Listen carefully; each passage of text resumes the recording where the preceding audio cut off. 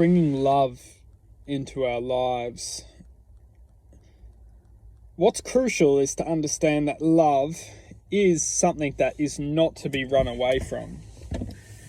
The reason why we say this is because love itself is a teaching.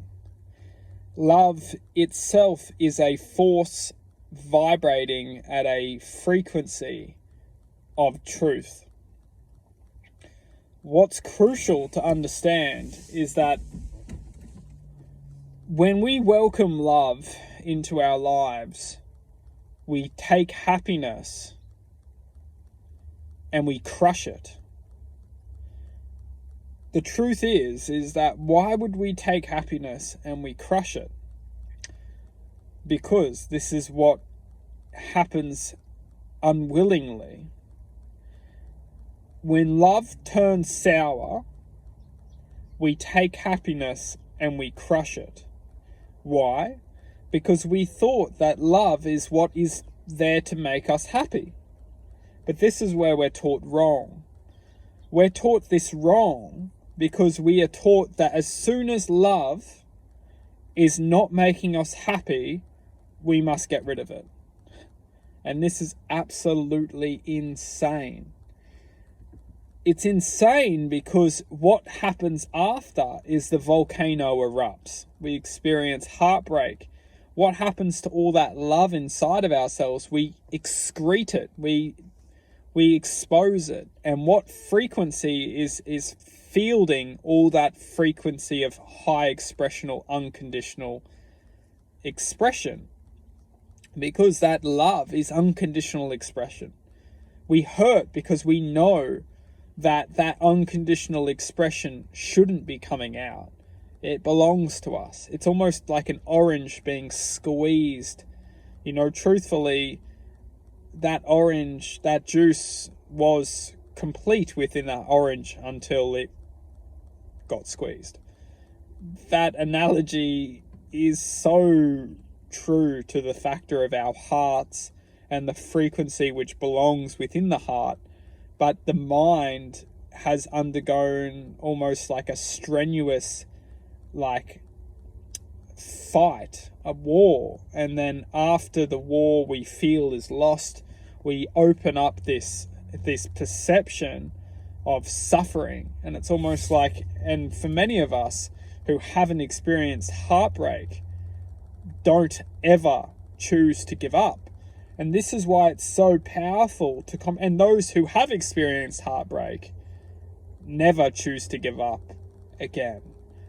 What we're doing when we give up is we surrender ourselves to the demolition of unconditional love. We surrender ourselves and we say, it's impossible to love them. They're horrible. They take away from my happiness. They take away from who I am as a person. And the truth being is that that's actually not true. What's taking this away is the perception of it taking it away. It's our minds which are convincing ourselves to believe and to perceive that the love is over. And when we feel that love is over, we surrender to the powers of at B that are trying to manipulate ourselves to giving up the love. It's almost like convincing a sheep to walk into the slaughterhouse to be taken away. Is that our minds, and when you look deeper into this reality, it does make very true sense. But we are programmed to definitely not be taught the power of unconditional love, and we're programmed to definitely believe in thinking that love is happiness. And love isn't happiness. And this is one thing that is extremely important to comprehend, is that love is dedication, determination, and fierceness. This is what love is. Happiness is the expression of infinite light. Happiness is love. Happiness is light. But love itself is very different to happiness. Love itself is essentially the armor of happiness. And as soon as we give up love, we lose happiness. And this is the divine confusion, is that we believe that love is happiness, which in some aspects it is. But as soon as we give up love, we find ourselves awfully unhappy. Awfully unhappy. But this is where we're confused, is that we believe that all love should be as happiness. But this is where we go wrong, because we confuse ourselves to giving this up. And there's going to be many different videos and variations of going into this existence.